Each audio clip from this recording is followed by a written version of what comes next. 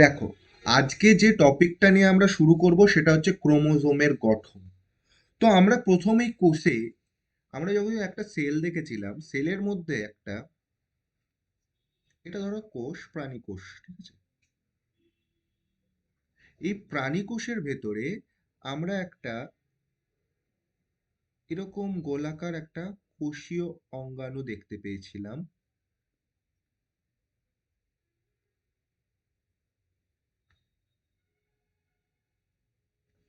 এটাকে বলছিলাম কি আমরা, এটাকে আমরা বলছিলাম নিউক্লিয়াস। নিউক্লিয়াস, কি বলছিলাম এটাকে আমরা? নিউক্লিয়াস। এই নিউক্লিয়াসকে কি বলা হয়? কোষের মস্তিষ্ক, ব্রেন অফ দ্য সেল বলা হয়, কোষের মস্তিষ্ক। কারণ কোষ কি কাজ করবে, কি কোন প্রোটিন তৈরি করবে, কোষের পার্টিকুলারলি কি কাজ, সবকিছু ডিপেন্ড করে এই নিউক্লিয়াসের ওপরে। তাহলে কোষের মস্তিষ্ক কাকে বলা হয়? নিউক্লিয়াসকে।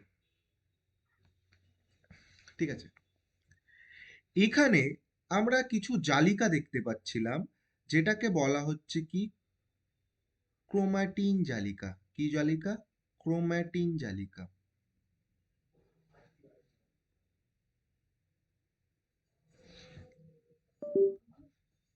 Just a minute.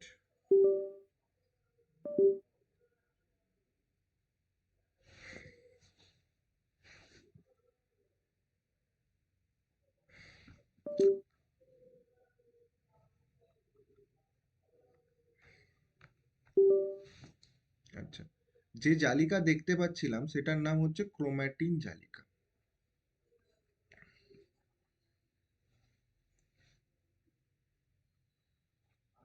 এই ক্রোমাটিন জালিকাগুলো না সুপার কয়েলড অবস্থায় থাকে, জড়িয়ে পাকিয়ে থাকে, সুপার কয়েলড অবস্থায় থাকে, জড়িয়ে পাকিয়ে নিউক্লিয়াসের ভেতরে থাকে। তো এই ক্রোমাটিন জালিকাকে তুমি যদি খুলে দেখো, তো এই এক একটা জালিকার মধ্যে আমরা এরকম কিছু কিছু জালিকাকে তুমি যদি ভেঙে দেখো, তো এরকম ডাবল হেলিক্স মডেল পাবো। ঠিক আছে, সেটাকে আমরা বলি কি? ডিএনএ।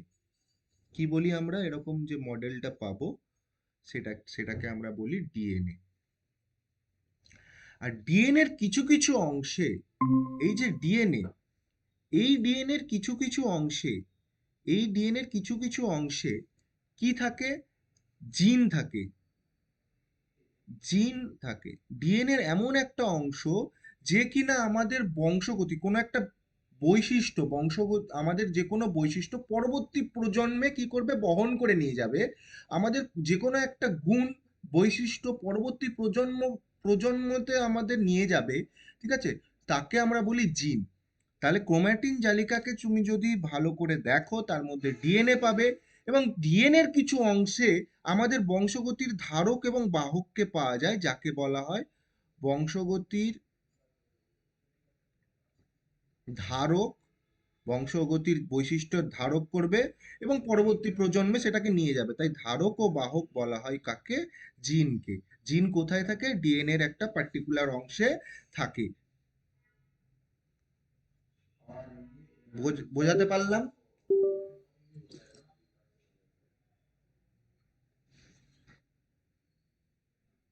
এতদূর বুঝেছো? ক্লিয়ার? হুম, বলছি আরেকবার বলো না, আমি দেখতে পাইনি কিছু। দেখ, আমরা নিউক্লিয়াস কাকে বলা হয়? নিউক্লিয়াস কোষের মস্তিষ্ক, নিউক্লিয়াসকে কোষের মস্তিষ্ক বলা হয়, কোষের মধ্যে থাকে এবং ওর মধ্যে থাকে ক্রোমাটিন তন্তু। ঠিক আছে, ক্রোমাটিন জালিকা থাকে।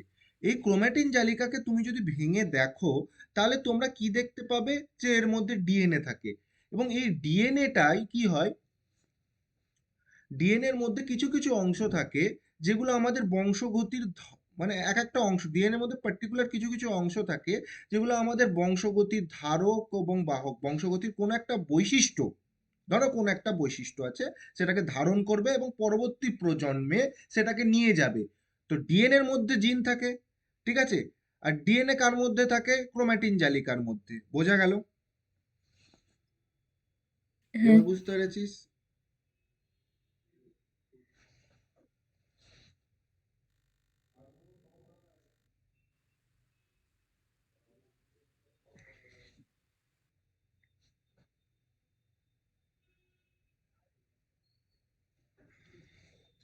এবার দেখো ভালো করে, এগুলো আবার কি হয়, আস্তে আস্তে পাক খেতে থাকে। পাক খেতে খেতে এরকম তন্তুগুলোকে বলা হয় ক্রোমোনিমা।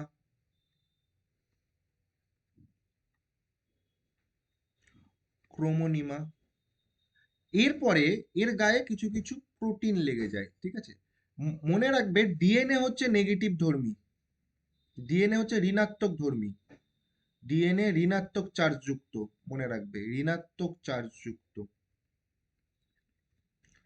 আচ্ছা, ঋণাত্মককে কোন চার্জ, যদি তোমার ঋণাত্মক চার্জ হয় তাহলে তোমাকে কোন চার্জ অ্যাট্রাক্ট করবে? ধনাত্মক চার্জ। তাহলে ডিএনএর গায়ে ধনাত্মক চার্জ যুক্ত কিছু প্রোটিন লেগে যায়, প্রোটিন লেগে যায়, ঠিক আছে। কিছু প্রোটিন ধনাত্মক চার্জ যুক্ত লেগে যায়। এই প্রোটিনগুলো হচ্ছে হিস্টোন প্রোটিন। কি প্রোটিন? Histone protein.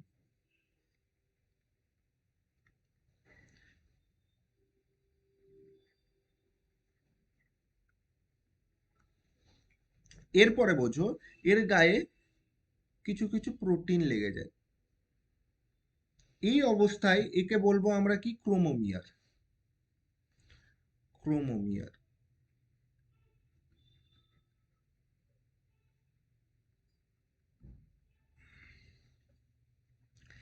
এরপরে এই জিনিসটার কনডেনসেশন ঘটবে, ঠিক আছে,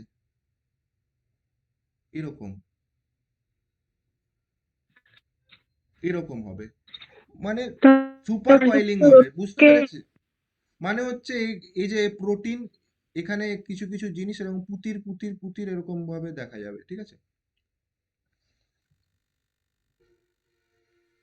তখন এই জিনিসটাকে বলবো আমরা কি? ক্রোমাটিন তন্তু।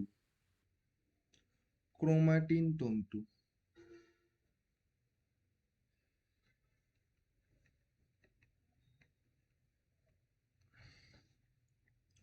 এগুলো আরো সুপার কয়েল হয়ে আরো আরো এদের আরো পাক খায়, আরো পাক খায়। ভালো করে মনে করে দেখো, মানে একটা নারকেলের দড়িকে তোমরা যদি পাকটা খুলে দাও, আস্তে আস্তে একটা নারকেলের দড়ি, নারকেলে যে পাক খাইয়ে খাইয়ে খাইয়ে খাইয়ে যে দড়ি তৈরি করা হয়, ওটা মানে কতটা ডেন্স করা হয়, ওকে আস্তে আস্তে যদি তুমি খোলো তাহলে ক্রোমাটিন জালিকা পাবে। আর ক্রোমাটিন জালিকাকে পাক খাইয়ে পাক খাইয়ে পাক খাইয়ে পাক খাইয়ে কি তৈরি করবে? ক্রোমাটিন তন্তু।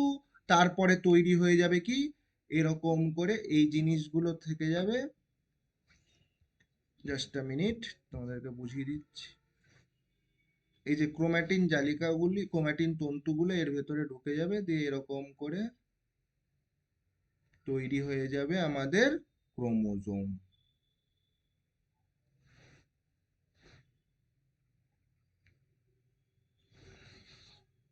বোঝা গেল? তাহলে আমাদের ক্রোমাটিন তন্তুকে ভেঙে দেখলে ডিএনএ, ডিএনএ এর ভেতরে জিন থাকে। এবার ক্রোমাটিন তন্তুগুলি যদি এক মানে ছোট্ট অবস্থায় সিঙ্গেল আকারে থাকে ক্রোমোনিমা, ক্রোমোনিমার গায়ে যদি হিস্টোন প্রোটিন লেগে থাকে তাকে ক্রোমোমিয়া। ক্রোমোমিয়ার আবার ঘনীভূত হয়ে ক্রোমাটিন তন্তু তৈরি করে, এবং ক্রোমাটিন তন্তুগুলি সুপার কয়েলড হয়, সুপার কয়েলড হয়, এবং তৈরি করে কি? ক্রোমোজোম। তৈরি করে কি? ক্রোমোজোম। ঠিক আছে, তৈরি করে কি? ক্রোমোজোম। হয়েছে? এবার আমার এখানে প্রচুর কিছু বলার আছে, শুধু তোমরা এইটুকু বুঝতে পেরেছো কিনা বলো। এইটুকু জায়গা যে কোথায় কি কি থাকে, কোন জিনিসটা লাগে, এইটুকু বোঝা গেছে? হ্যাঁ। ঠান্ডা মাথায় বুঝবে। যাই কনসেপ্টটা একটু ক্লিয়ার হলেই এখান থেকে প্রচুর প্রশ্ন আসে, যেগুলো তোমরা ক্লিয়ার করতে পারবে। প্রচুর প্রশ্ন আসবে, এইটুকু জায়গা থেকেই প্রচুর প্রশ্ন আসে, ঠিক আছে।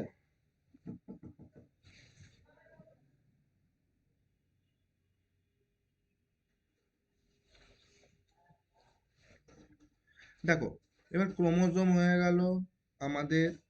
এবার ভালো করে বোঝো, এই জায়গাটা, এই যে ক্রোমাটিন তন্তুর এই যে এই জায়গাটা নিয়ে আমরা একটু আলোচনা করব, ঠিক আছে। এই জায়গাটা আমরা নিয়ে আলোচনা করব।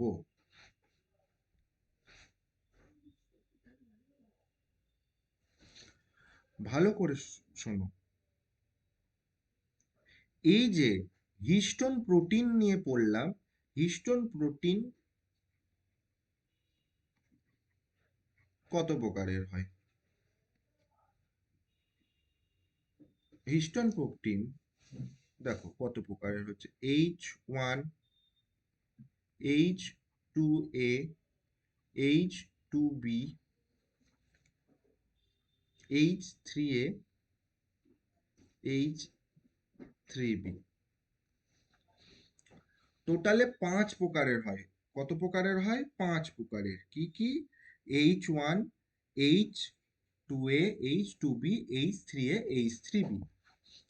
তো এই চারটে ভালো করে বোঝো, এই প্রোটিন, এই যে এইটা H2A, H2B, H3A, H3B, এই প্রোটিনগুলো কি হয়, একে অপরের সঙ্গে এরকম ভাবে একটা স্ট্রাকচার তৈরি করে, দুটো দুটো করে। ধরো H2A দুটো, H2B দুটো, H3A দুটো, H3B দুটো, H1 কিন্তু থাকে না। এবার বলছো আর আর দুটো কই? আর দুটো পিছনে আছে। দুটো দুটো করে বলেছি, দুটো পেছনে আছে। তাহলে কটা টোটালে হলো? H2A দুটো, H2B দুটো, H3A দুটো, H3B দুটো। তাহলে টোটাল কটা হলো? টোটাল কটা হলো? চারটে দুটো দুটো করে কটা হলো রে? 8টা। 8টা। এই 8টা প্রোটিনকে একসঙ্গে বলা হয় কি? Histone octamer. কি বলা হয়? হিস্টোন অক্টামার। এই যে পুঁতিগুলো দেখছো না, এই যে এখানে যে কয়েলিং হয়েছে, এটাকে বলা হয় কি? Histone octamer. হিস্টোন অক্টামার।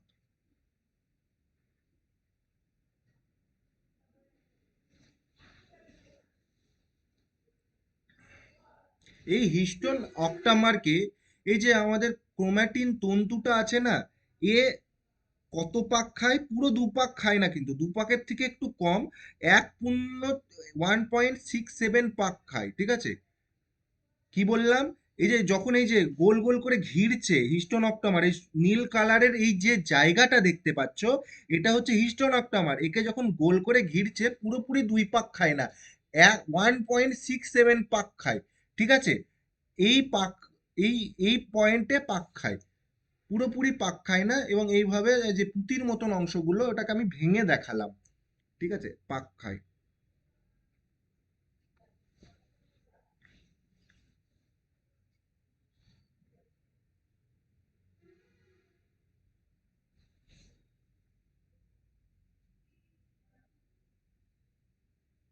তাহলে তোমাদের কাছে প্রশ্ন আসতে পারে হিস্টোন অক্টামারে কে কে থাকে। তাহলে H2 1, H2B, H3A, H3। Clear? এর দুটো দুটো করে থাকে, মানে আসলে এই কটা থাকে। যদি বলে H1, H1 থাকে না, স্টেটমেন্টে থাকতে পারে। এবার H1 এখানে একটা আলাদাভাবে থাকে। H1 এই জায়গাটায় আলাদাভাবে থাকে, এখানে H1 থাকে। এই যে একটা ডিএনএ থেকে, ভালো করে এই ছবিতে আবার চলে আসো, এই যে একটা, এই যে একটা যে ডিএনএটা পাক খাচ্ছে, এবং তার পরবর্তী আরেকটা পাক আছে, এই পাকের মাঝখানে যে ডিএনএটা আছে, ভালো করে দেখো, লক্ষ্য করে দেখো ভালো করে। দাঁড়াও, আমি অন্য কালার দিই। এই যে এই যে এই ডিএনএটা আছে, একটা পাক আর একটা পাকের মাঝে যে মাঝখানের যে ডিএনএটা আছে, সেটাকে বলা হয় লিঙ্কার ডিএনএ। Linker DNA. এবার প্রশ্ন আসতে পারে নিউক্লিওজোম কত? আচ্ছা, এই যে ডিএনএ তে যেটা পাক খাচ্ছে 1.67, এটার বেস পেয়ার কত? এটা মুখস্থ করবে। 146 বেস পেয়ার ডিএনএ। ডিএনএটার বেস পেয়ার কত? কতটা বেস পেয়ার থাকে? বেস পেয়ার আমরা পরবর্তীতে জানছি, বিপি মানে আমরা পরবর্তীতে জানছি। এখন লেখো 146 base pair DNA plus histone octamer. Histone octamer কি কি বলো কেউ? হিস্টোন অক্টামার কে কে থাকে?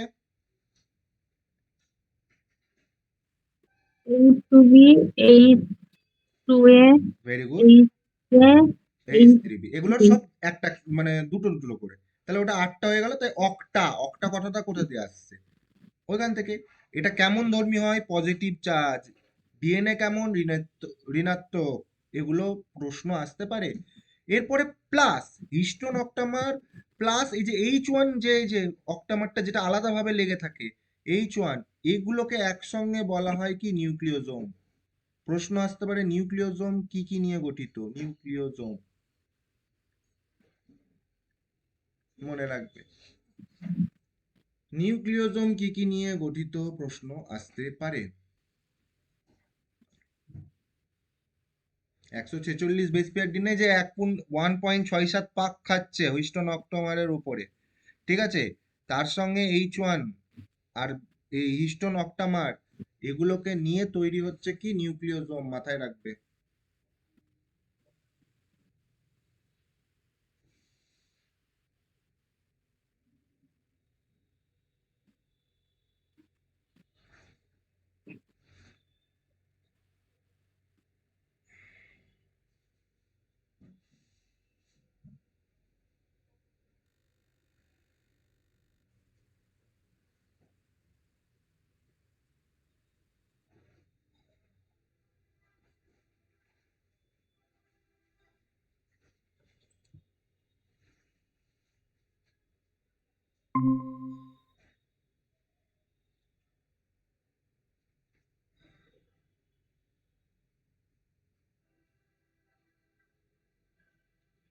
সবারই লেখা কমপ্লিট?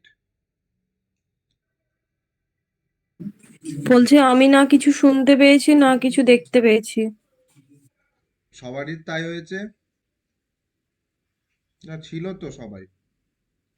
কিন্তু আমি কেটে ঢুকলাম, কিছু দেখতে পাচ্ছিলাম না, শুনতে পাচ্ছিলাম না, তাই।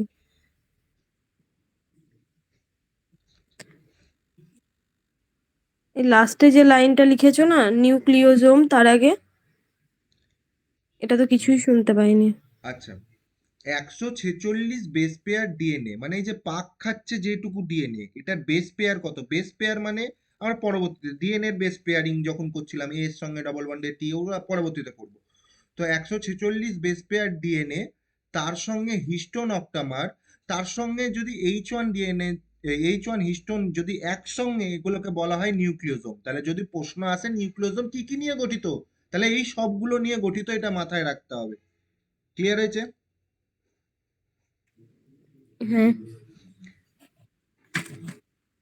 কারোর কোনো ডাউট আছে? আছে আছে আছে?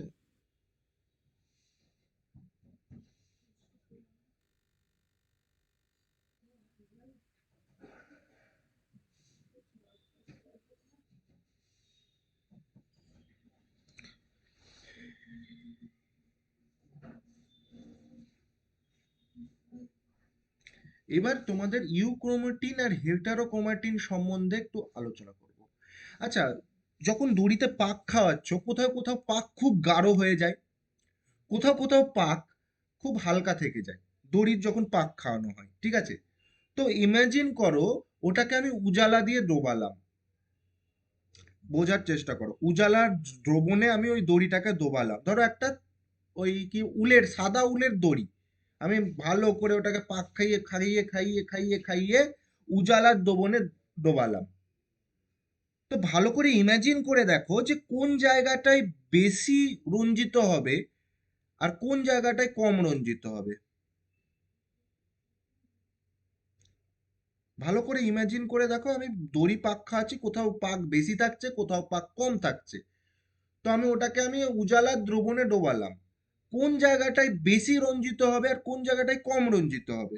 একটা স্বাভাবিক জেনারেল নলেজ দিয়ে বলো, কোথায় হবে?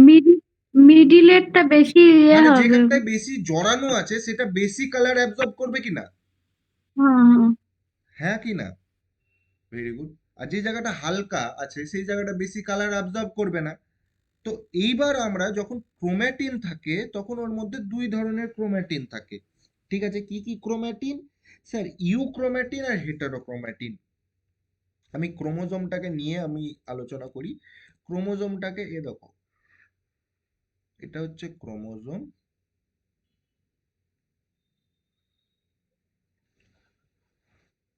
এটা হচ্ছে ক্রোমোজোম, এটা হচ্ছে ক্রোম্যাটিন।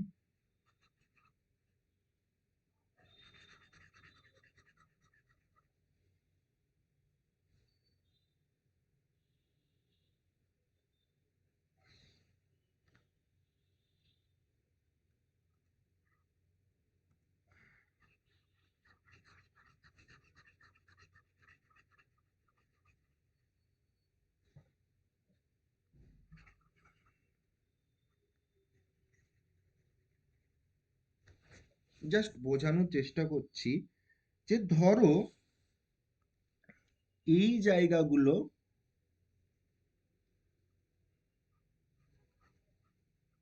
এই জায়গাগুলো হালকা হালকা পাক আছে, এই জায়গাগুলোতে লুজলি লুজলি প্যাকড, ঠিক আছে? আর এই জায়গাগুলো হাইলি প্যাকড।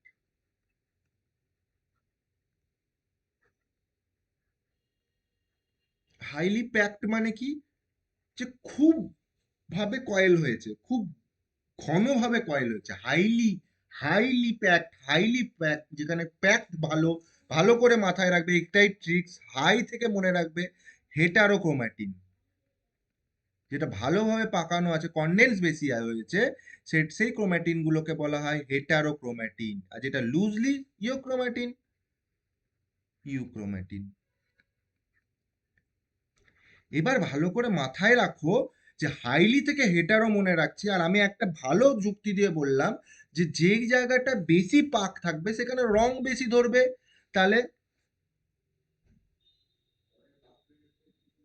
হাইলি স্টেন। স্টেন মানে হচ্ছে রঞ্জিত করা, রঞ্জিত ভালো হয়, ঠিক আছে, রঞ্জিত হয়। এটা লুজলি স্টেন মানে কম রঞ্জিত হয়। আর একটা ইম্পর্টেন্ট, হেটারোক্রোম্যাটিন আর ইউক্রোম্যাটিনের মধ্যে একটা ইম্পর্টেন্ট, হেটারোক্রোম্যাটিন হাইলি সবকিছু সবকিছু high high high high high high, কিন্তু একটা জিনিসে হাই নয়, সেটা হচ্ছে কি, এরা ট্রান্সক্রিপশনালি হচ্ছে ইনঅ্যাক্টিভ, মানে এরা প্রায় ট্রান্সক্রিপশনে সাহায্য করে না। ট্রান্সক্রিপশন কি বলো, ট্রান্সক্রিপশনালি ইনঅ্যাক্টিভ আমি বলে দিয়েছিলাম, মানে এরা ডিএনএ থেকে মানে আরএনএ, আমরা তো একটা সেন্ট্রাল ডগমা পড়েছিলাম তো, তাই তো? প্রথমে কি ছিল? প্রথমে ছিল ডিএনএ টু ডিএনএ, এটাকে কি বলছিলাম আমরা? ডিএনএ টু মানে replication, replication. DNA to RNA transcription, and RNA to protein translation, translation. এই গোটা গল্পটাকে আমি ভালোভাবে বুঝিয়ে দিয়েছিলাম, এটাকে গোটাটাকে বলা হয় সেন্ট্রাল ডগমা। এটা এর আগের দিন বুঝিয়ে দিয়েছিলাম, সেন্ট্রাল ডগমা মানে কি। আমি বলতে চাইছি যে ডিএনএ থেকে আরএনএ সহজে অংশগ্রহণ করে না, ঠিক আছে, হেটারোক্রোম্যাটিন, তাহলে কি লিখবো? ট্রান্সক্রিপশনালি ইনঅ্যাক্টিভ, ট্রান্সক্রিপশনে অংশগ্রহণ করে না, বাংলায় লিখছি। ট্রান্সক্রিপশন কাকে বলে? ডিএনএ থেকে আরএনএ, বিশেষত এমআরএনএ তৈরি করাতে। ট্রান্স ডিএনএ থেকে ডিএনএটাকে কি বললে? রেপ্লিকেশন, ট্রান্সক্রিপশনালি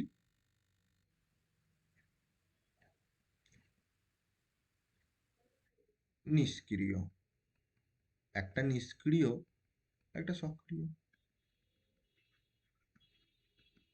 তাহলে কি করে মনে রাখবো কোনটা হেটারো কোনটা ক্রোমো, সরি, কোনটা হেটারোক্রোম্যাটিন, কি করে মনে রাখবো কোনটা হেটারোক্রোম্যাটিন কোনটা ইউরো? হাইলি হেটারোক্রোম্যাটিন, হাইলি, যেখানে হাই সবকিছু উচ্চ উচ্চ, মানে খুব ভালোভাবে পাক হয়েছে, highly pack, highly condense, highly staining, সব হচ্ছে হেটারোক্রোম্যাটিন। হেটারোক্রোম্যাটিনের একটাই ড্রব্যাক কি, যে আমার ট্রান্সক্রিপশনালি এরা নিষ্ক্রিয়, মানে ডিএনএ থেকে আরএনএ তৈরি করতে এরা আরএনএ নিষ্ক্রিয়তা থেকে দেখায়। ডিএনএতে আর আরএনএ থেকে প্রোটিন তৈরি করাকে বলা হয় ট্রান্সলেশন, ট্রান্সলেশন। আর গোটা এই ছকটাকে বলা হয় সেন্ট্রাল ডগমা, ট্রান্সলেশন। না না, ডিএনএ থেকে ডিএনএ হচ্ছে কি রেপ্লিকেশন, ডিএনএ থেকে আরএনএ হচ্ছে ট্রান্সক্রিপশন, আরএনএ থেকে প্রোটিন হচ্ছে ট্রান্সলেশন। ট্রান্সলেশন। হ্যাঁ, লেসন।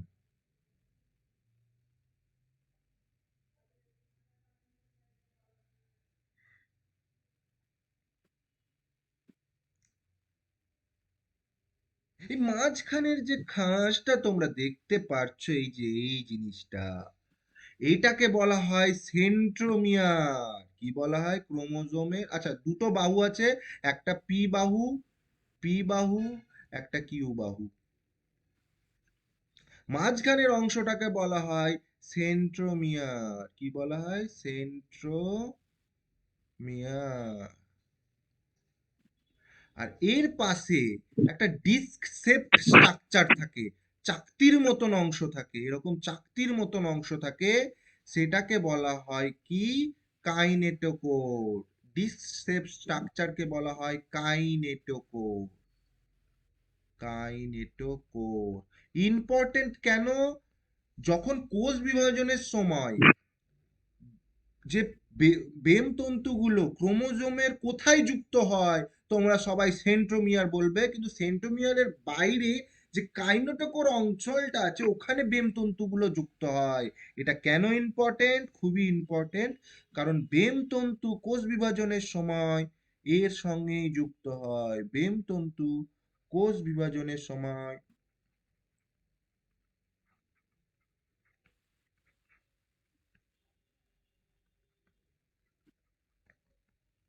যুক্ত হয়।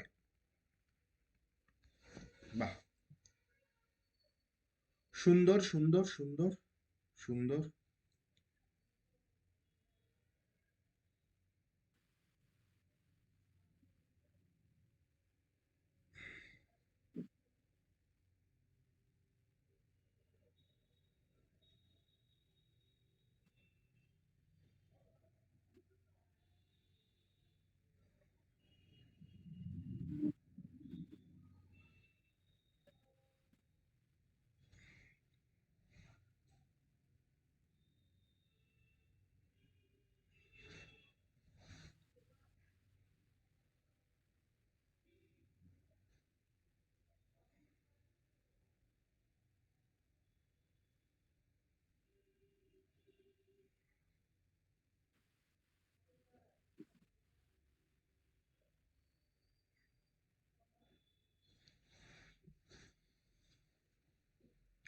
হয়েছে।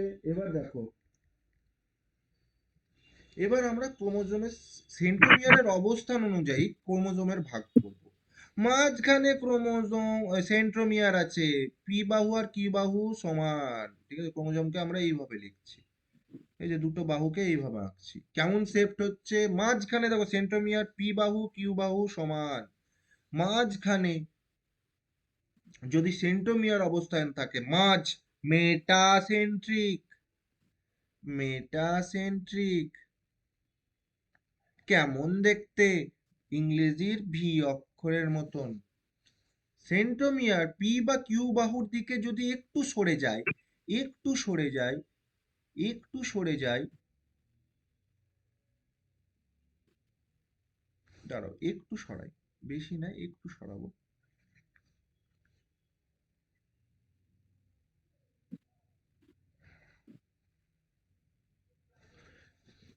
তাহলে এটাকে বলা হয়, একটু পি বা কিউ বাহুর দিকে যদি সেন্ট্রোমিয়ারটা একটু সরে যায়, তাহলে হয়ে যায় এটা সাবমেটাসেন্ট্রিক।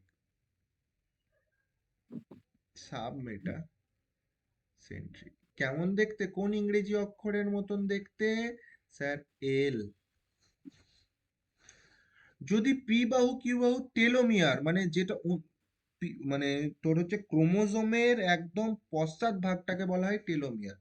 টেলোমিয়ারের যদি হয়ে যায়, তা টেলোমিয়ারের কাছে যদি চলে আসে, তাহলে সেটাকে বলবো আমরা, এইখানটাই যদি চলে আসে, তো এই জিনিসটা ঠিক এরকম দেখতে হয়ে যাবে, যে কোনো একটা বাহু বড় হয়ে যাবে এরকম দেখতে। এটাকে অনেকটা দেখ, এটা এইভাবে আঁকা যেতে পারে। এই জিনিসটাকে আমি এইদিকে ঘুরিয়ে দিলাম, এরকম করে দিলাম। দেখ, এটা ইংরেজি অক্ষর জের মতন, এবং একে বলা হয় অ্যাক্রোসেন্ট্রিক। কি বলা হয়? অ্যাক্রোসেন্ট্রিক।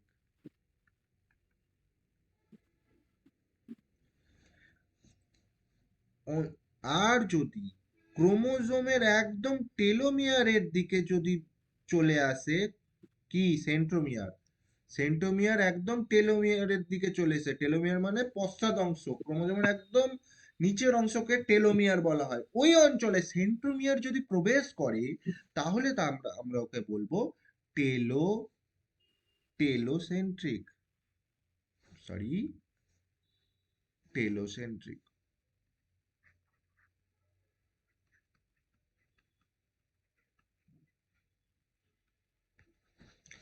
এটা ইংরেজি কোন অক্ষরের মতন? একটু উল্টিয়ে এনে দেখি, এটাকে একটু উল্টিয়ে এনে তো।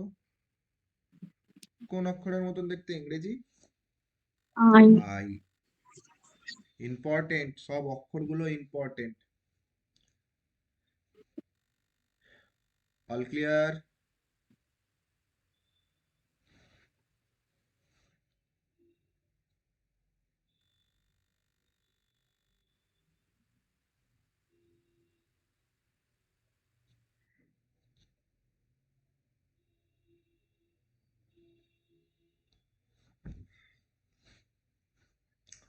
তাহলে মেটাসেন্ট্রিক, সাবমেটাসেন্ট্রিক, অ্যাক্রোসেন্ট্রিক, টেলোসেন্ট্রিক। আচ্ছা,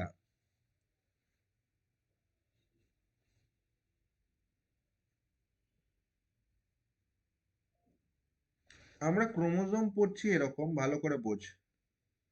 ক্রোমোজোম এরকম পড়ছি, ঠিক আছে? যখন এই ক্রোমোজোমটা রেপ্লিকেশন করে, রেপ্লিকেশন মানে জেরক্স কপি করে, তখন এরই সিস্টার ক্রোমাটিড তৈরি করে ফেলে। মানে এরকম আর একটা ক্রোমাটিড তৈরি করে ফেললো। তো এটার ভালো করে বোঝ,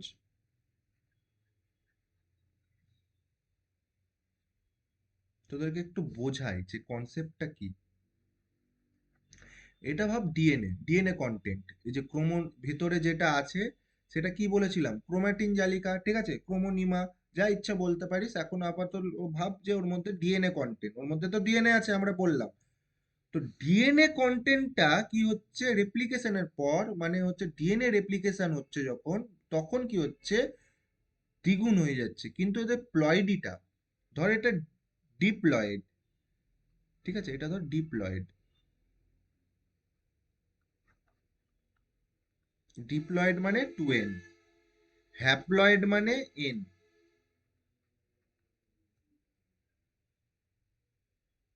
হ্যাপ্লয়েড মানে, দেখ তো ক্রোমোজোম সংখ্যা যা আছে সেটাই আছে, এটা একটা ছিল একটাই আছে, কিন্তু বাড়ছে কি? বাড়ছে এই যে ক্রোমোজোমাল কন্টেন্ট, আর কিছু হচ্ছে না রেপ্লিকেশন। অত মাথা ঘোরাতে হবে না। হ্যাপ্লয়েড ডিপ্লয়েড মানে 2n, এটা n, ঠিক আছে।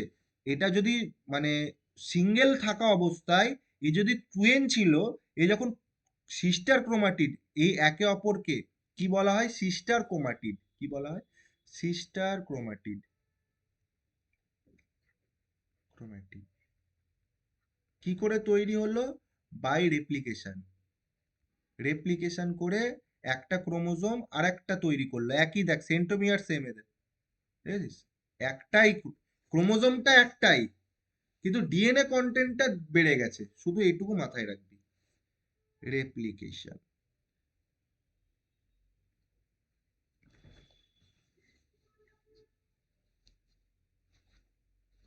যেমন ধর এখানে বলতে পারি, ধর প্রথম অবস্থায় যখন সিঙ্গেল স্ট্যান্ড ছিল, একটা যখন এর ইয়ে ছিল, তখন এটা কেমন ছিল? ডিএনএ কত ছিল? ডিএনএ ধর ছিল সি। কিন্তু যখন রেপ্লিকেশন হয়ে গেল, after replication, after formation of sister chromatid, কি হলো? আফটার কি হয়ে গেল? ডিএনএ কন্টেন্ট 2C হয়ে গেল। এই ডিপ্লয়েড ছিল 2n, আফটার রেপ্লিকেশন কি হলো? 2n থাকলো। কেন থাকলো? আরে ক্রোমোজোম তো একটা, তুই তুই আছিস, তোর দুটো হাত এক্সট্রা গজিয়েছে, তাহলে হাতের সংখ্যা বেড়েছে, কিন্তু তুই তো তুই আছিস।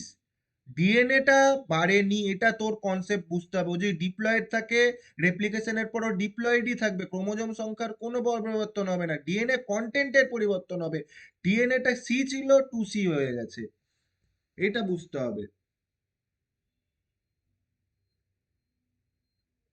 সোজা কথায় ভাব যে হাত পা বেরিয়েছে, সিস্টার ক্রোমাটিড মানে হাত পা এক্সট্রা বেরিয়েছে, ওই একটাই জিনিসের হাত পা বেরিয়েছে। তো ক্রোমোজোমকে ওইভাবে না লেখে অনেক সময় এইভাবেও লেখে, তার জন্য আমি বললাম।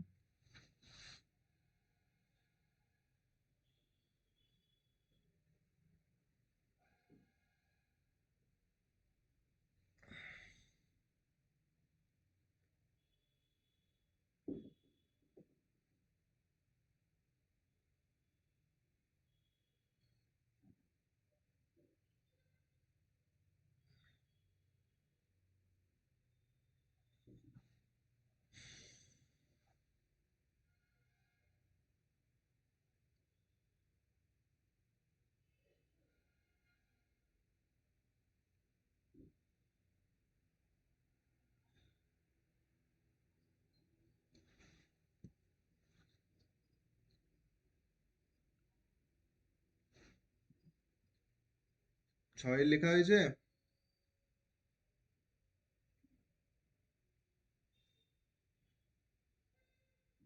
হ্যাঁ, ভালো।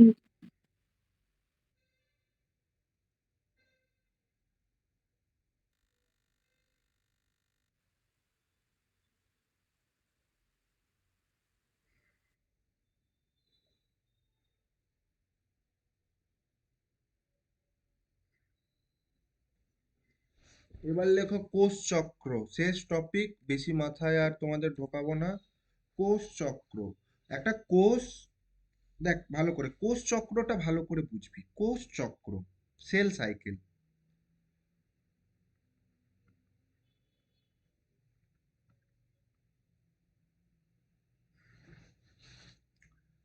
ঠিক আছে?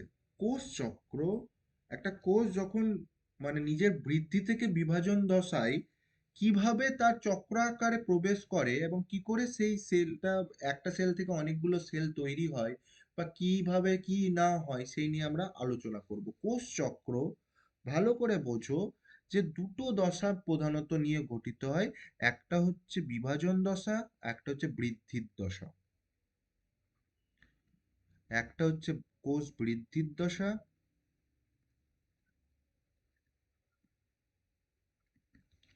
এটা হচ্ছে কোষ বিভাজন দশা। বৃদ্ধির দশা, বৃদ্ধি মানে কি? গ্রোথ।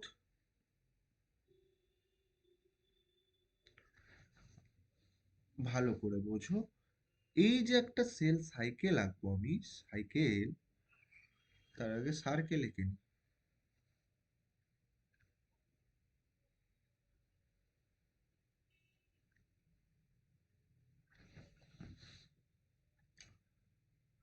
তো ভালো করে বোঝো যে কোষ চক্রে যে বৃদ্ধির দশা আছে সেগুলোকে ভাগ করা যায় তিনটে ভাগে। কি কি? সেটা হলো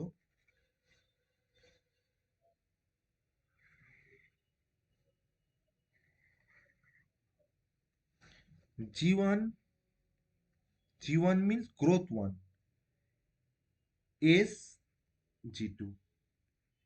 এই তিনটেকে মিলে বলা হয় ইন্টারফেজ। বৃদ্ধির দশাকে একত্রে বলা হয় কি? ইন্টারফেজ। কি বলা হয়? ইন্টারফেজ।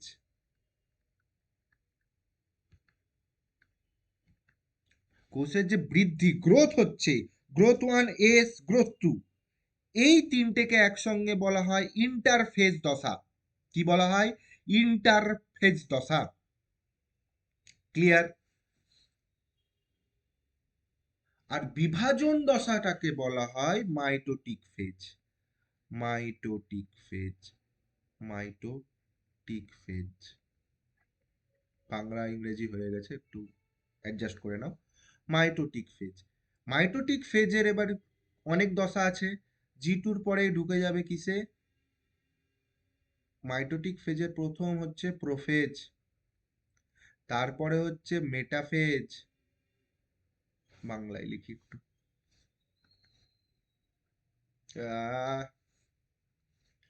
সরি সরি সরি,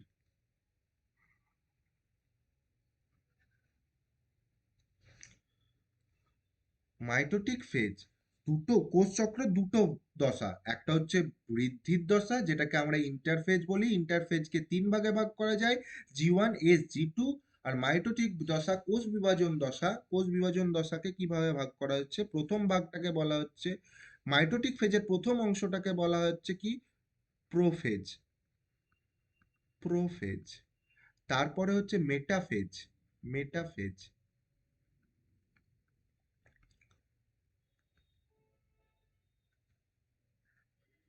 তারপরে হচ্ছে অ্যানাফেজ।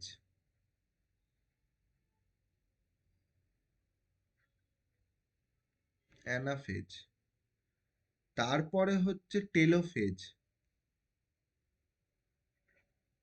তারপরে হচ্ছে টেলোফেজ।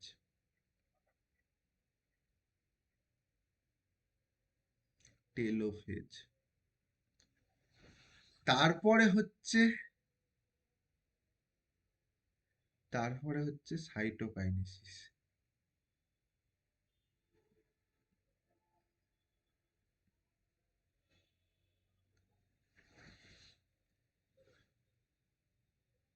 এবার সাইটোকাইনেসিস ক্যারিওকাইনেসিস কি দেখ, নিউক্লিয়াসের বিভাজন, এই কোষ বিভাজনের মধ্যে প্রথমে হয় নিউক্লিয়াসের বিভাজন। নিউক্লিয়াসের বিভাজনকে বলা হয়, ভালো করে খুদি খুদি পয়েন্টগুলোকেও মাথায় ঢোকাও, এই যে প্রোফেজ, মেটাফেজ, অ্যানাফেজ, টেলোফেজ, এই অবধি এটা হচ্ছে নিউক্লিয়াস বিভাজিত হয়, নিউক্লিয়াসের ভেতরে বিভাজন হয়, নিউক্লিয়াসের বিভাজনকে বলা হয় বিভাজন। নিউক্লিয়াসের আরেকটা নাম হচ্ছে ক্যারিয়ন, ঠিক আছে? তো নিউক্লিয়াসের বিভাজনের আর নিউক্লিয়াস বিভাজনকে বলা হয় কি, karyokinesis. Important, karyokinesis.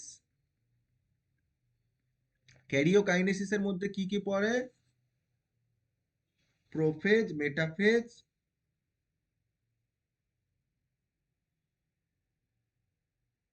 Anaphase, telophase. তো ক্যারিওকাইনেসিস এতদূর।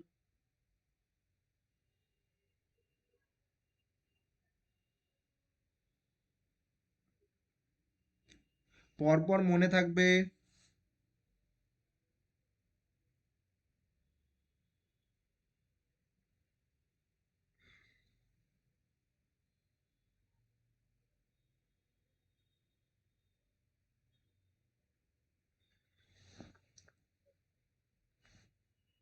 কি করে মনে রাখবে যদি না মনে থাকে? আচ্ছা, অযোধ্যা মন্দির তৈরি হলো, তাহলে মনে রাখবে কি করে? পিএম, প্রাইম মিনিস্টার, ঠিক আছে? At temple, PM at temple, পরপর পিএম, পিএম মানে prime minister, P for prophase, ক্যারিওকাইনেসিসের ভাগ prophase, M for metaphase, A for anaphase, at last temple, T for telophase. PM at temple আমাদের উদ্বোধন করতে গিয়ে গেছিল অযোধ্যা মন্দির পিএম, তো ওটা ট্রিক কি, পিএম এট টেম্পল হয়ে গেল। পিএম এট টেম্পল, প্রোপেজ, মেটাপেজ, অ্যানাপেজ, টেলোপেজ হয়ে গেল। আর সাইটোকাইনেসিস কি দেখ, সাইটোকাইনেসিস মানে ভাঙা, সাইটো মানে সাইটোপ্লাজমের বিভাজন, সাইটোপ্লাজম একটা কোষ থেকে দুটো কোষ তৈরি হবে, সাইটোকাইনেসিস। সাইটোকাইনেসিস আর কি স্যার, এই দুটোর মধ্যে একটা রেস্টিং ফেজ থাকে, এটা তোমাদের নাই তাও জেনে রাখো। ক্যারিওকাইনেসিস আর সাইটোকাইনেসিসের মাঝখানে একটা রেস্টিং ফেজ থাকে, এটাকে বলা হয় কি, ইন্টারকাইনেসিস। ইন্টারফেজ নয়, ইন্টারকাইনেসিস।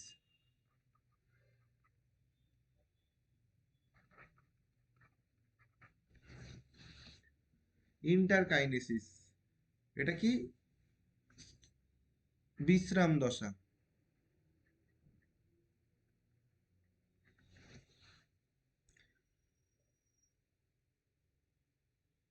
তো একটা কোষ ঢুকলো, এখানে কোষটা ঢুকলো, কোষের গ্রোথ হলো, প্রথম গ্রোথ হলো, গ্রোথে কি কি হয়? প্রোটিন সিনথেসিস হয়। কি কি হয় আমরা পরে বলছি, সেটা নিয়ে আমরা পরবর্তী দিন আলোচনা করব। কি কি হয়? কোষের বৃদ্ধি হয়, প্রথম বৃদ্ধি হয়। এস ফেজটা ইম্পর্টেন্ট, এখানে ডিএনএ রেপ্লিকেশন হয়, ডিএনএ রেপ্লিকেশন হয়, আজকেই লিখে দাও। ডিএনএ রেপ্লিকেশন হয়, ক্রোমোজোম বাড়ে না, ডিএনএ এর কন্টেন্ট বাড়ে, ওই যে ডিএনএ রেপ্লিকেশন মনে আছে? হ্যাঁ মনে আছে, মনে হচ্ছে। একটা ক্রোমাটিড থেকে সিস্টার ক্রোমাটিড আরেকটা তৈরি হলো, তো ডিএনএ রেপ্লিকেশন কোথায়? এসে, ঠিক আছে। জি ওয়ান ফেজে কি কি হয়? Protein synthesis, mRNA synthesis, protein তৈরি হয় এবং এমআরএনএ তৈরি হয়। ডিএনএ রেপ্লিকেশন মনে পড়ছে রে?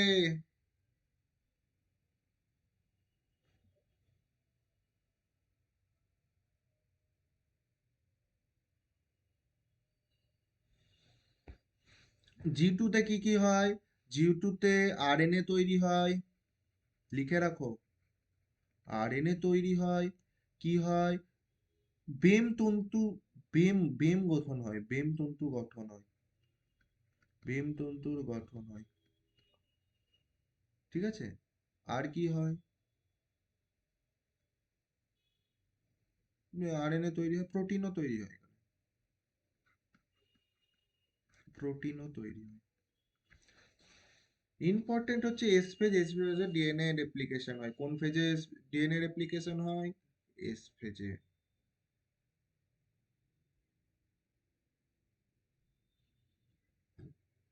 প্রচুর প্রশ্ন এখান থেকে প্রচুর প্রশ্ন আসতে পারে। মানুষের একটা সেল সাইকেল কত?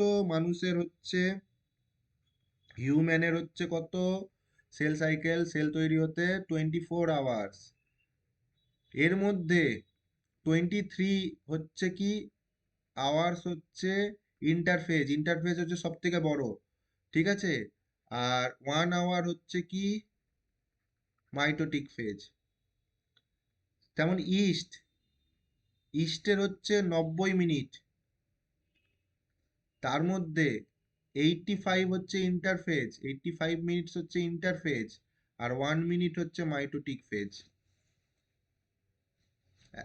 সেলের একটা সেল সাইকেল লাইফ স্প্যান, ঠিক আছে, সেল সাইকেল হতে কত সময় লাগে, লাইফ স্প্যান বলছি মানে সেল সাইকেলের একটা কত সময়সীমা। এত তথ্য দিয়ে দিলাম, ভালোভাবে মনে রাখো। আরো তথ্য আছে যেটা ইম্পর্টেন্ট, সেটা হচ্ছে কি যে সব সময় কি যে সেল, দুটো সেল, একটা সেল ঢুকে এখানে ধরো দুটো সেল বেরোয় গেল, তো এই সেলগুলো গ্রো হবে। আবার কিছু সেল গ্রো হওয়ার জন্য, সেলকে ভালোভাবে তৈরি হওয়ার জন্য, আবার কিছু কিছু সেল আছে এখানে চেক পয়েন্ট আছে একটা, এখানে একটা চেক পয়েন্ট আছে, ঠিক আছে? এই চেক পয়েন্টে কি আছে, যে সেল যদি ক্ষত থাকে, ক্ষত সেল বা খারাপ সেল থাকে, ক্যার্সিনোজেন সেল থাকে, ওই সেলগুলোকে কোষচক্র থেকে বাইরে বের করে দিয়ে রেস্টিং ফেজে চলে যায় সেলগুলো, ঠিক আছে? সেই জায়গাটাকে বলা হয় G0, ইনঅ্যাক্টিভ হয়ে পড়ে, ইনঅ্যাক্টিভেশন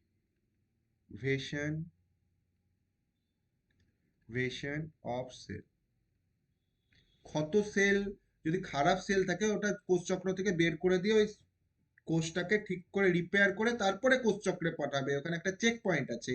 আর যে দশায় চলে যায়, একদম নিস্তেজ দশায় চলে যায়, একদম কোনো রকম ওই সেলগুলো কোনো রকম কাজ করে না, যখন কাজে লাগে তখন ওখান থেকে আবার সেলগুলো নেওয়া হয়, সেই দশাটাকে বলা হয় G0 দশা, যেখানে সেলের কোনো রকম কার্যকারিতা থাকে না। খুব ইম্পর্টেন্ট, G0 দশা কোন জায়গায় থাকে? G1 এর কাছে, ওখানে চেক পয়েন্ট আছে, ওখানে থাকে। তো আজকের মতন তোমাদের ক্রোমোজোমের সামান্য ধারণা, নিউক্লিওজোম এবং সেল সাইকেল সম্বন্ধে ধারণা দেওয়া হয়ে গেল। নেক্সট দিন আমরা কোষ বিভাজন এবং এই সম্বন্ধ নিয়ে আলোচনা করব। আশা করি তোমরা বুঝতে পেরেছো। অবশ্যই আমাকে জানাবে কেমন লাগলো। চলো।